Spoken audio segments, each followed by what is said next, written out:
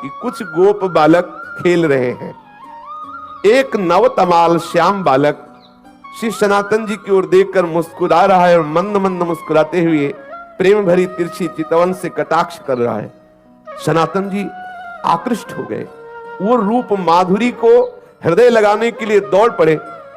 जो सामने एक दिव्य लीला स्फुरित हुई, देखा कि बहुत से गोप सखाओं के साथ श्री लालजू महाराज खेल रहे हैं।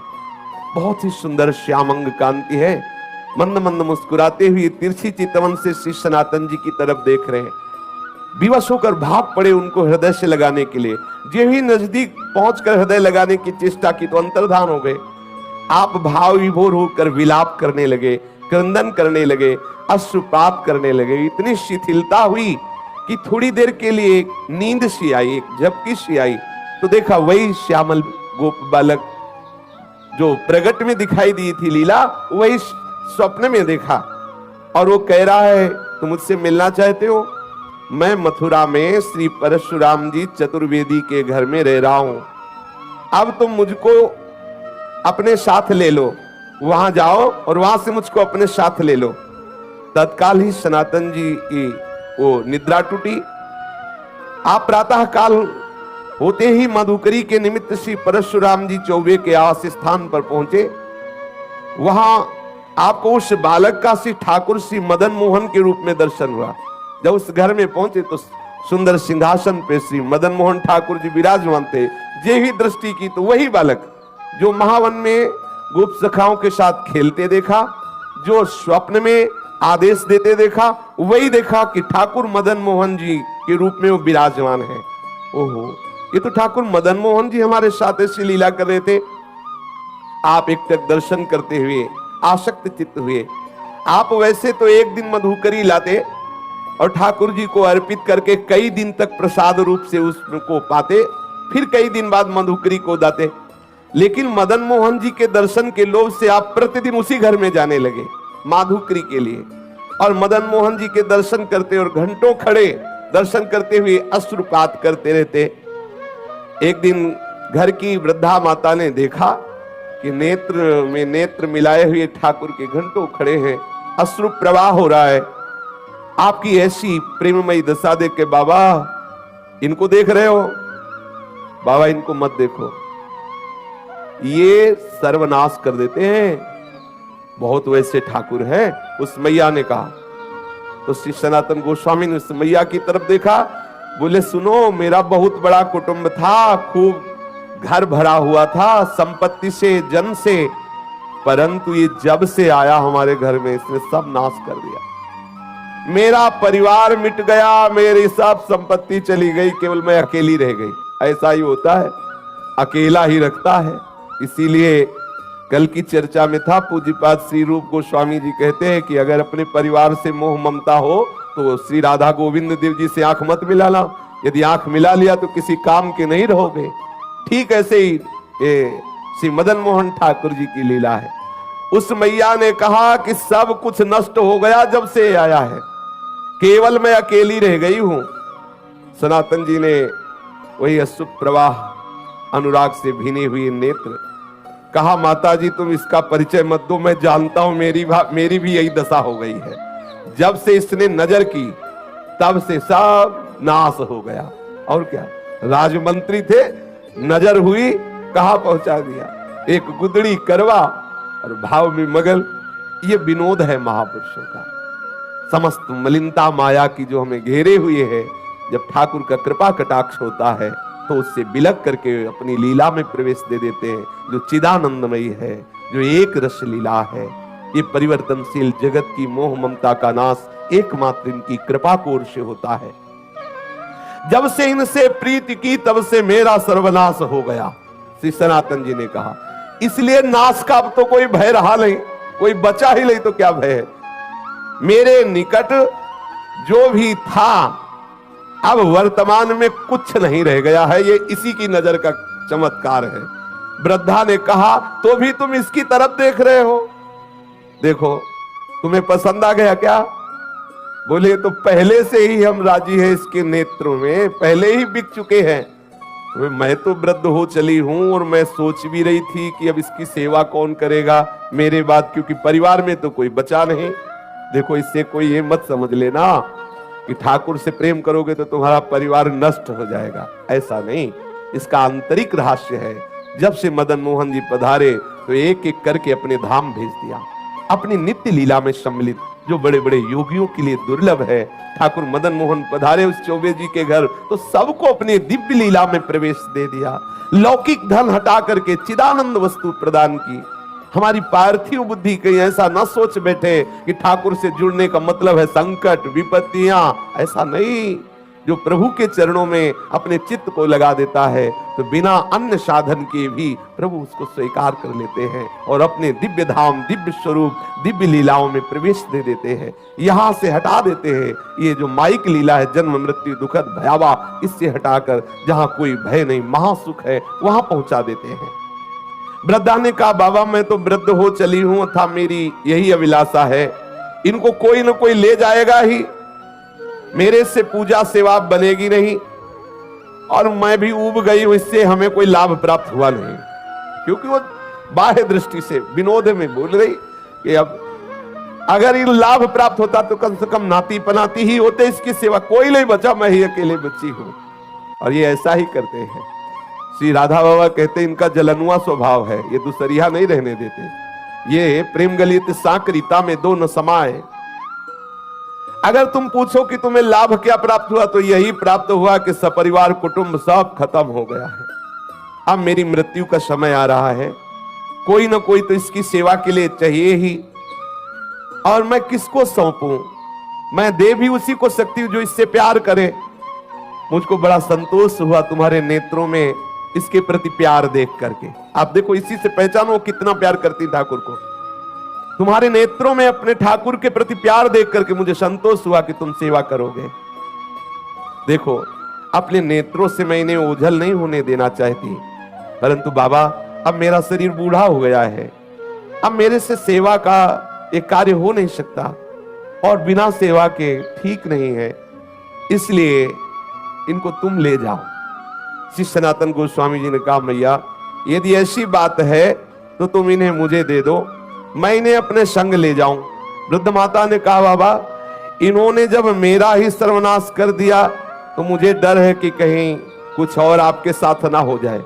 बाबा ने कहा कि मैया हानि वाला कुछ रह ही नहीं गया है हमारे पास, जिससे हानि होगी वो कुछ रह ही नहीं गया है, क्योंकि इन्होंने मेरा तो पहले ही सर्वस्व छीन लिया है।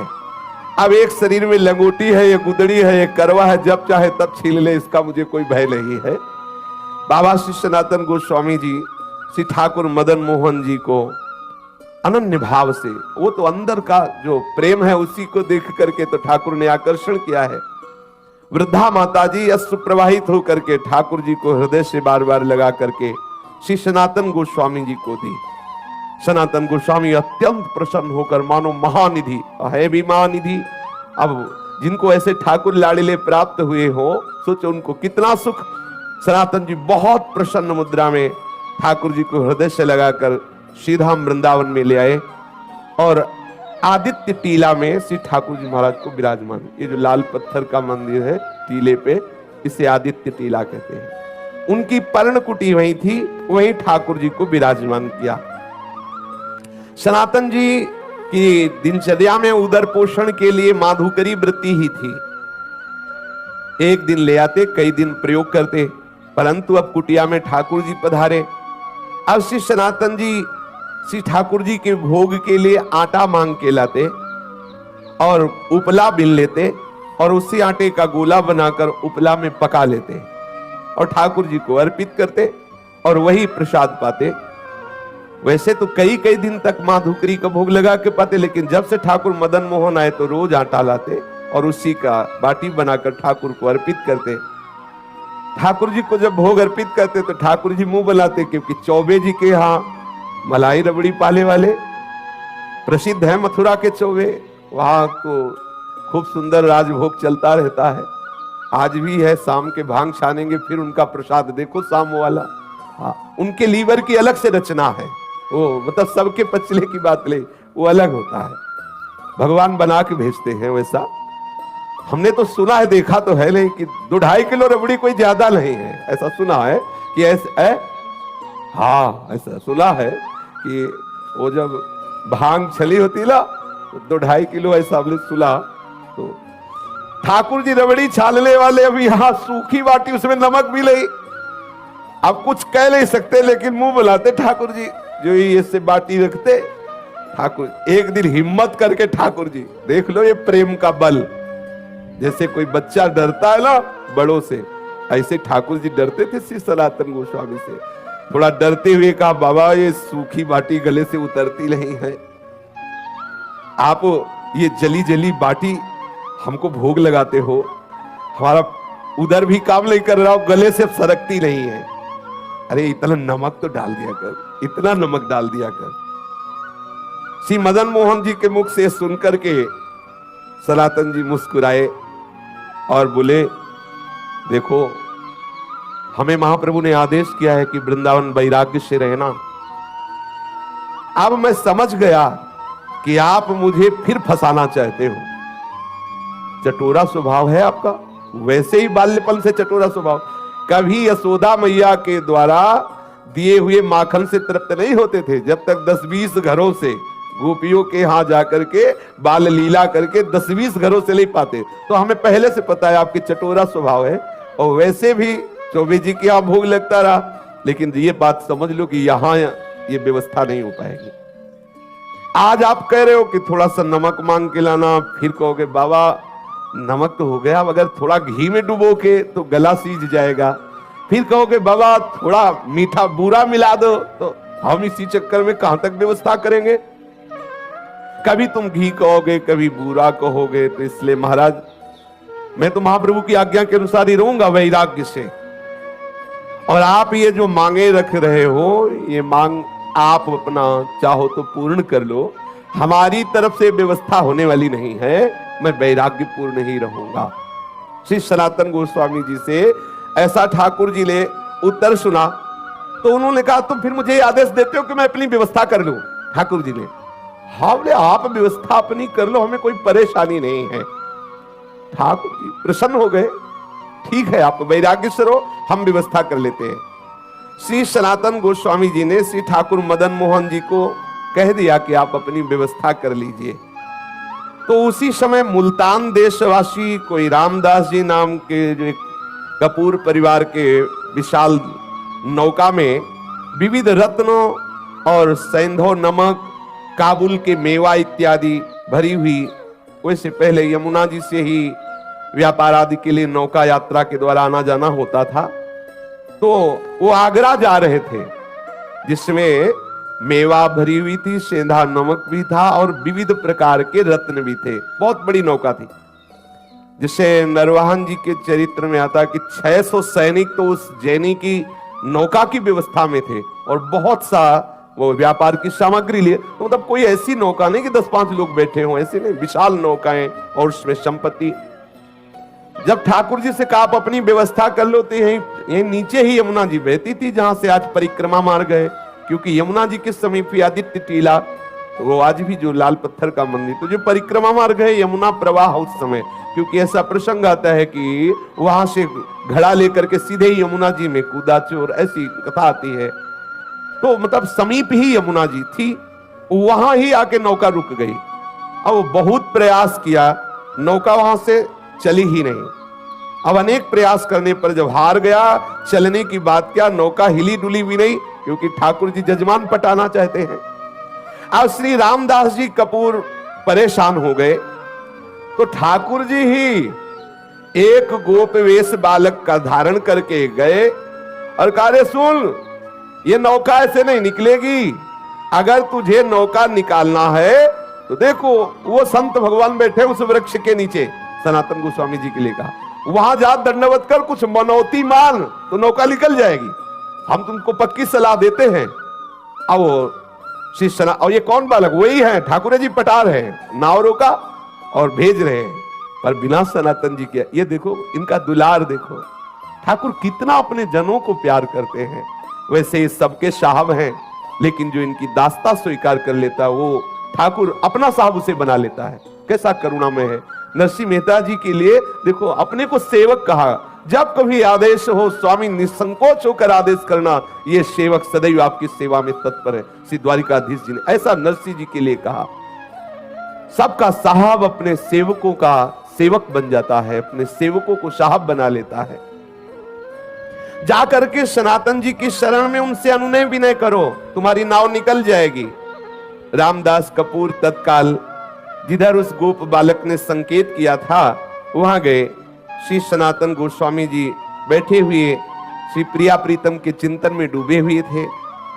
उसने आकर साष्टांग प्रणाम किया, अश्रुपात करते हुए कहने लगा, मेरी रक्षा करो, मैं एक व्यापारी हूं, मेरी नाव फंस गई, मैंने हर उपाय करके देखा, ब्रजवासियों को बुलाकर निकालने की चेष्टा की, नहीं निकली, आप कृपा कर दो, मैं आपके पास आया हूं किसी ब्रजवासी के कहने पर। ध्यान किया सनातन गोस्वामी जी ने कि कौन ब्रजवासी ने भेजा, पता चला ठाकुर मदन मोहन ने। बोले समझ गए, अच्छा जजमान पटा लिया है। श्री रामदास जी ने जब सनातन जी से ऐसा कहा तो सनातन गोस्वामी जी ने कहा कि भैया वो बैठे पर्ण कुटी में, वो जो बैठे ना, आप जाओ उनके सामने कुछ मनौती मानो, जाके उनके सामने मनौती मानोगे तो नाव निकल जाएगी। क्योंकि जान गए कि ठाकुर जी ने ऐसी लीला की। सनातन गोस्वामी ने कहा नाव तभी निकल सकती है जो पर्णकुटी में विराजमान ठाकुर जी है उनके सामने कुछ निवेदन करो जाके। श्री रामदास जी ठाकुर जी मदन मोहन के सामने गए, देखते ही आसक्त हो गए। इतना सुंदर रूप ठाकुर श्री मदन मोहन जी का। और जैसे कोई संकल्प करवा रहा हो, वो कोई चेष्टा नहीं करे, अंदर से आया नौका निकल जाए तो जितने रत्न जितनी मेवा में ये सब बिकने के बाद इससे मंदिर बनवा देंगे और आपके भोग राग की व्यवस्था कर देंगे।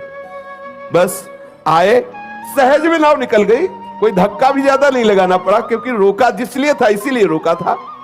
अब श्री रामदास कपूर जी सब सामान की बिक्री करके रत्न आदि को लेकर के आए और मदन मोहन जी का लाल पत्थर का जो मंदिर है उन्होंने निर्माण कराया और समुचित श्री मदन मोहन जी के राग भोग की व्यवस्था की। स्वयं ठाकुर जी ने अपने मंदिर को बनवा लिया और अपनी भोग व्यवस्था कर ली। सनातन जी सदैव अपने स्वरूप चिंतन में मगन रहते हैं, निरंतर श्री प्रिया प्रीतम के चिंतन में मगन रहते। एक श्री कृष्णदास जी ब्रह्मचारी नाम के इनके शरणागत हुए, जिनको उन्होंने मदन मोहन जी की सेवा पूजा कार्य में रखा और आप तो सदैव लीला चिंतन में डूबे रहते हैं। आज श्री मदन मोहन ठाकुर जी करौली राजस्थान में विराजमान है। श्री सनातन गोस्वामी जी का नित्य प्रति का नियम था वृंदावन से पैदल जाना, श्री गोवर्धन जी की परिक्रमा करके पैदल आना। कितना कठिन! अपने गिरिराज जी की परिक्रमा होने के बाद तो 10 कदम भी पैदल चलने की सामर्थ्य नहीं रह जाती। देखो कैसे महापुरुष यहां से पैदल जाते, गिरिराज जी की परिक्रमा दे करके पैदल आते। श्री ठाकुर जी ने जब देखा कि इनका शरीर बहुत वृद्ध हो गया है, फिर भी इनका नियम दृढ़ है, तो कहा कि अब आप मत आया करो, आपका शरीर वृद्ध हो गया है।